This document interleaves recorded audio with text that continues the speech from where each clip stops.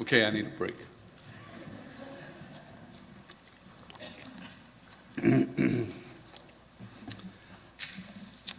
The New Testament reading for today starts with a little preamble. On his journey to Jerusalem from Galilee, Jesus often engaged in controversy with the Jewish leadership, most often the Pharisees. But now, Jesus returns to address the crowds. In doing so, he clarified what is involved in following him. That is, Jesus stated in clear, bold, and very startling terms the cost of discipleship. Let's read about it in Luke 14, verses 25 through 35. Now large crowds were traveling with him, and he turned and said to them, "Whoever comes to me and does not hate father and mother, wife and children, brothers and sisters, yes, even life itself, cannot be my disciple. Whoever does not carry the cross and follow me cannot be my disciple. For which of you, intending to build a tower, does not first sit down and estimate the cost, to see whether he has enough to complete it? Otherwise, when he has laid a foundation and is not able to finish, all who see it will begin to ridicule him, saying, 'This fellow began to build and was not able to finish.' Or what king, going out to wage war against another king, will not sit down first and consider whether he is able with 10,000 to oppose the one who comes against him with 20,000? If he cannot, then while the other is still far away, he sends a delegation and asks for terms of peace. So therefore, none of you can become my disciple if you do not give up all your possessions. Salt is good, but if salt has lost its taste, how can its saltiness be restored? It is fit neither for the soil nor for the manure pile. They throw it away. Let anyone with ears to hear listen." We live in a culture that has substituted the gospel with a consumer-friendly counterfeit gospel. In his book titled Hard to Believe, John MacArthur articulates it this way: "The first role of successful merchandising is to give the consumers what they want. If they want bigger burgers, make their burgers bigger. Designer bottled water in 6 fruit flavors? Done. Minivans with 10 cup holders? Give them 20. You've got to keep the customer satisfied. You've got to modify your product and your message to meet their needs if you want to build a market and get ahead of the competition." Today, this same consumer mindset has invaded Christianity. The church service is too long, you say? We'll shorten it. One pastor guarantees his sermons will never last longer than 7 minutes. Too formal? Wear your sweatsuit. Too boring? Wait until you hear our band.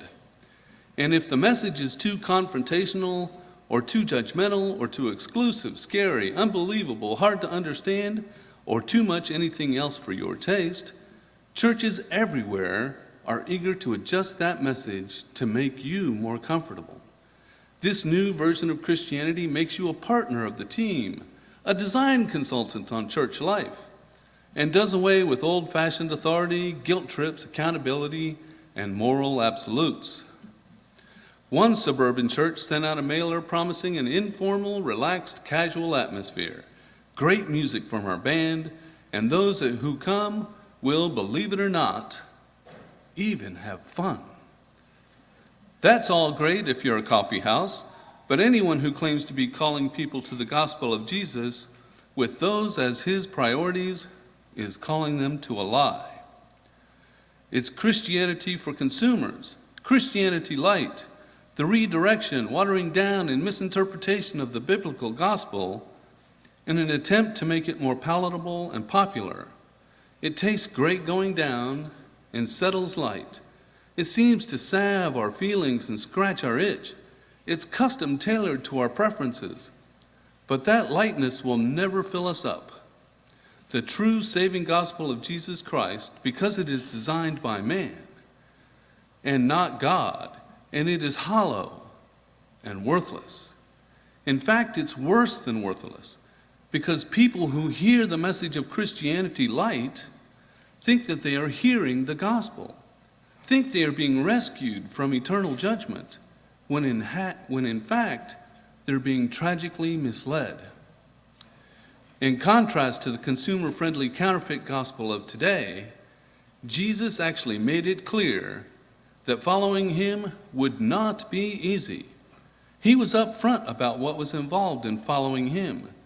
He did not want disillusioned disciples, and so he clarified the cost of discipleship.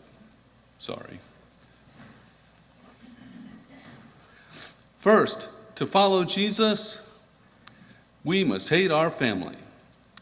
Jesus had presumably finished dining at the home of a ruler of the Pharisees, and he was on the road again. Great crowds accompanied him. 12 of them were his apostles, and many others wanted to be his disciples. Disciples were people who literally followed a teacher and put his teaching into practice in their lives. They did so because they valued the teaching and his ministry. But Jesus was aware that the people following him had all kinds of motives for doing so. Some wanted to see him perform miracles. Others thought that perhaps his claims of being the Christ meant that he was going to overthrow the Roman government and restore the Jewish kingdom. Others were just along for the ride, so to speak, because in the presence of Jesus, there was always something interesting happening. Jesus knew that his mission was to seek and to save the lost.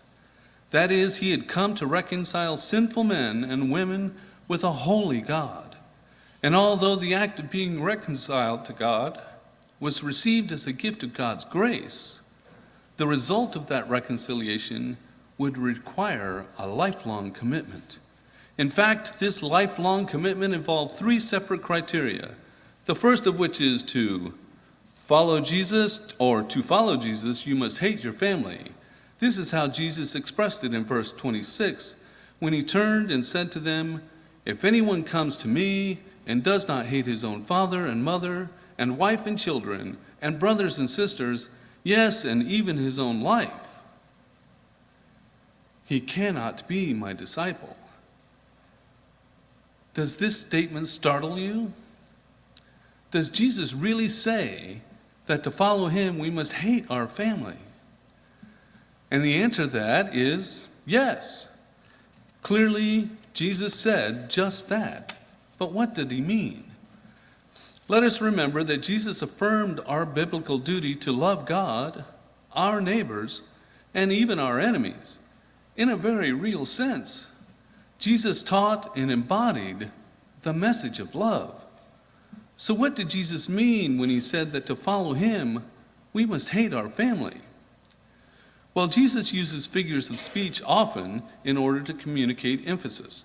On more than one occasion, he made use of hyperbole in order to communicate a crucial point. Jesus was talking about a comparative degree of affection. So I'm going to try and provide an example from my own personal life on possibly what this means. So,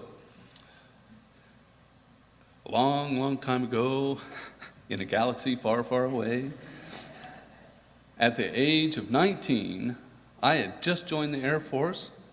I had been in the Air Force for a grand total of maybe 6 months. Finished basic training, was almost done with technical school, and did something really stupid, and it resulted in a catastrophic leg injury, from which the doctor said, "You're never going to walk again. I put it together, but you're never going to walk again." That was an unacceptable message for me to receive. So I put about my entire life for the next 2 years was to prove that doctor wrong. So I got married, by the way. I begged for them to let me finish school in the hospital instead of on campus. which they did. They let me go. I got married. I walked long enough to get from this part of the church to that part of the church where my crutches were waiting for me. And then for the next 2 years, Carol supported me in my quest to regain the ability to walk on my own. So for 2 years, 2 long, long years, every single day, I went to physical therapy. And every single day, I cried and cried and cried from the pain that it brought about. But I wasn't going to give up. I went back every day. At the end of 2 years, I went back for another surgery and then another year of therapy. But I'm proud to say that today, I can still walk.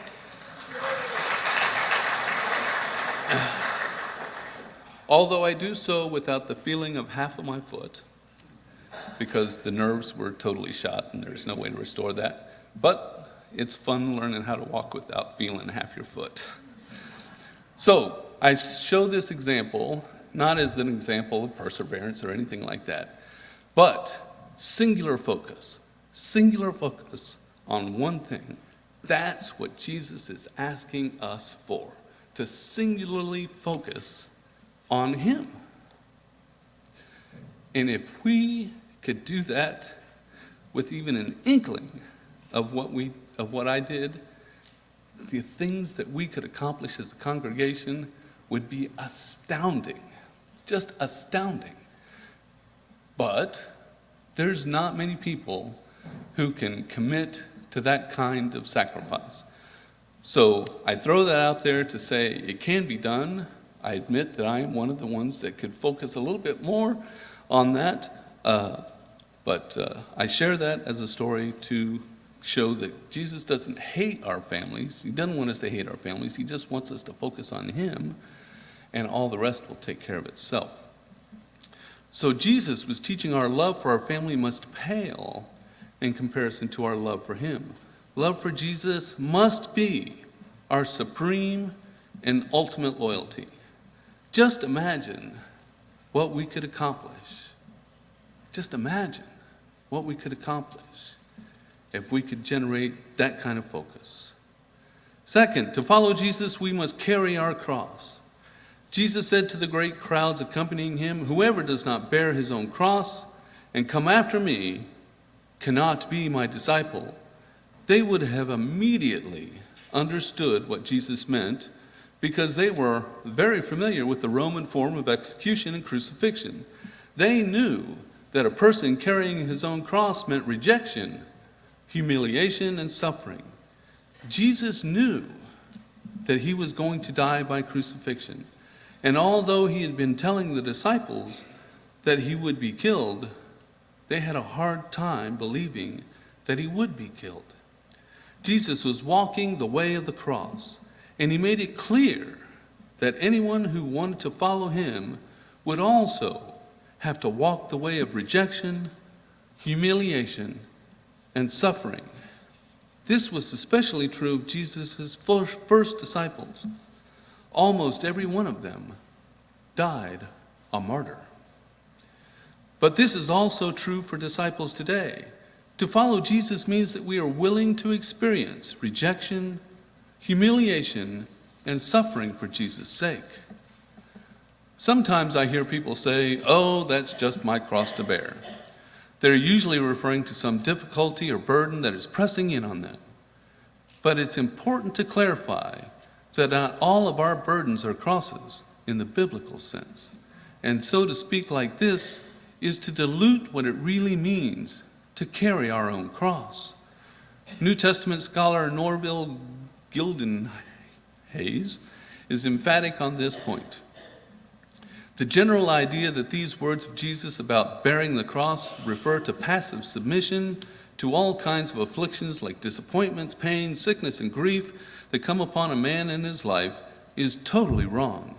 The people to whom Jesus spoke these words fully realized that he meant thereby that whosoever desires to follow him must be willing to hate his own life and even to be crucified by the Roman authorities for the sake of his fidelity to him. In other words, to carry our cross refers to a particular kind of suffering. It is not just any kind of trial or difficulty or burden.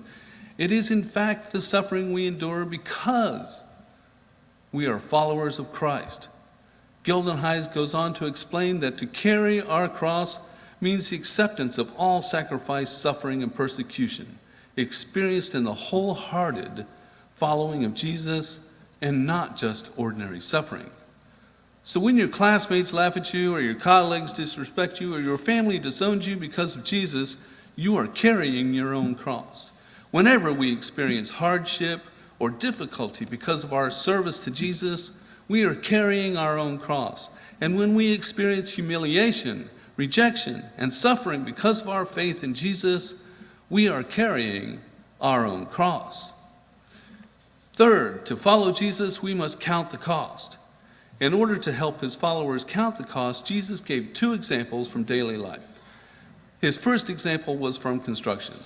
For which of you, intending to build a tower, does not first sit down and estimate the cost, to see whether he has enough to complete it? Otherwise, when he has laid a foundation and is not able to finish, all who see it will begin to ridicule him, saying, "This fellow began to build and was not able to finish." It is foolish to begin building something and not complete it because there are insufficient funds. Do you remember the road to nowhere in Alaska? Jesus' second example was from war. Or what king, going out to wage war against another king, will not first sit down and consider whether he is able with 10,000 to oppose the other who comes against him with 20,000? If he cannot, then while the other is still far away, he sends a delegation and asks for terms of peace. Like the previous example, Jesus urges his followers to count the cost. But there's a twist in this example. The weaker king recognizes the superiority of the stronger king, who may very well represent God himself. In this instance, not submitting to the stronger king, God, is utterly foolish. So I'm going to give you another life story. Life stories are always fun. So fast forward a few years, I've now retired from the Air Force. And after months and months of searching, which was driving my wife absolutely insane, I landed a job working for the state at the Orange County Health Department. And of all things, what did they hire me to do? Bioterrorism planning and response. So all things anthrax, viral hemorrhagic fever, you name it, I did it.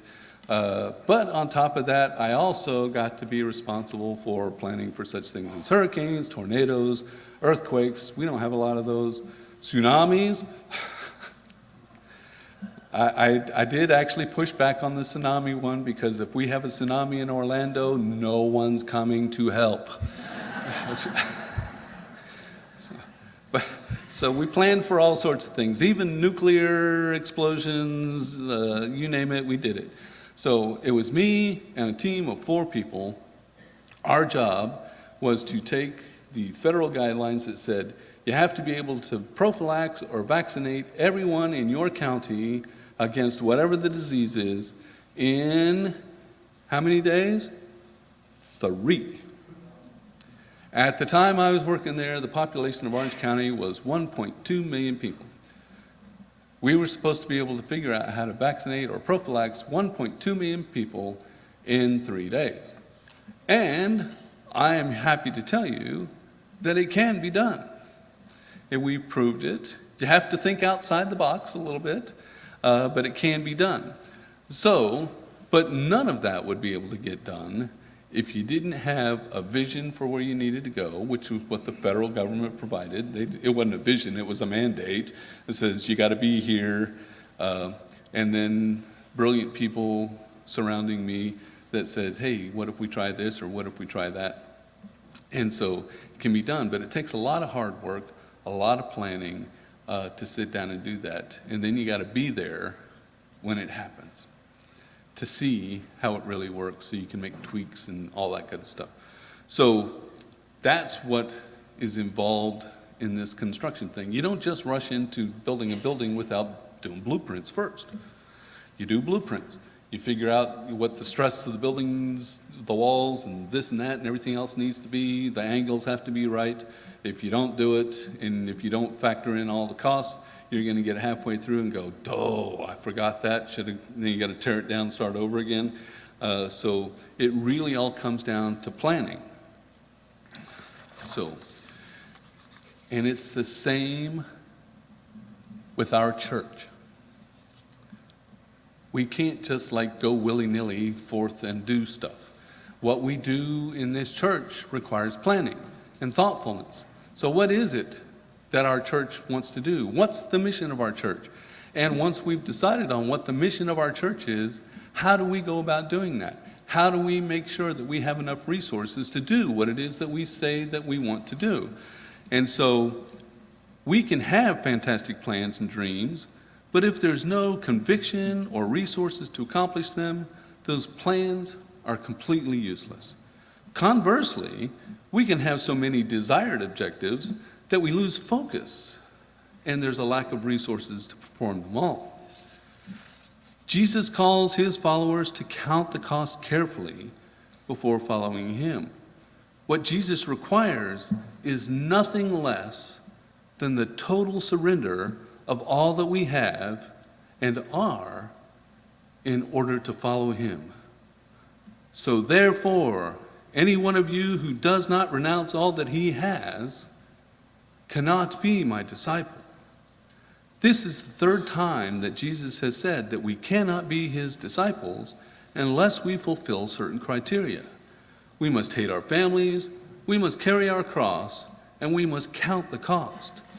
To state it another way, to follow Jesus, we must love him supremely, be willing to experience humiliation, rejection, and suffering, and to renounce our right to all that we have. Jesus may allow us to keep some of what we have in order to use it for his glory, but when we become followers of Jesus, we recognize that we are now merely stewards of the resources that he has entrusted to our care. They're no longer ours. They are his, and he is simply allowing us to use it for his glory. A follower of Jesus must relinquish all their possessions, not merely money and material things, but also their dear ones and everything that their heart clings to, even their own life, their own desires, their plans, their ideals and interests. This does not mean that we must sell all of our possessions or give away all our money or desert our friends and family and become a hermit or a beggar or a wanderer, but it does mean that we must give Christ full control over our lives, with everything that we are and all that we possess, and that under God's guidance and in God's service, we should deal with our possessions in the manner that is best. To follow Jesus, we must count the cost. But remember that Jesus also counted the cost. He counted the cost of his own obedience. Jesus knew that he would experience humiliation, rejection, and suffering when he went to the cross.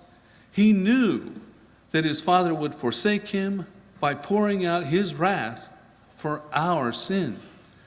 But Jesus determined that he would bear the awful crushing load for our salvation. Surrendering our all to Jesus does not mean that we will necessarily be called into vocational Christian ministry.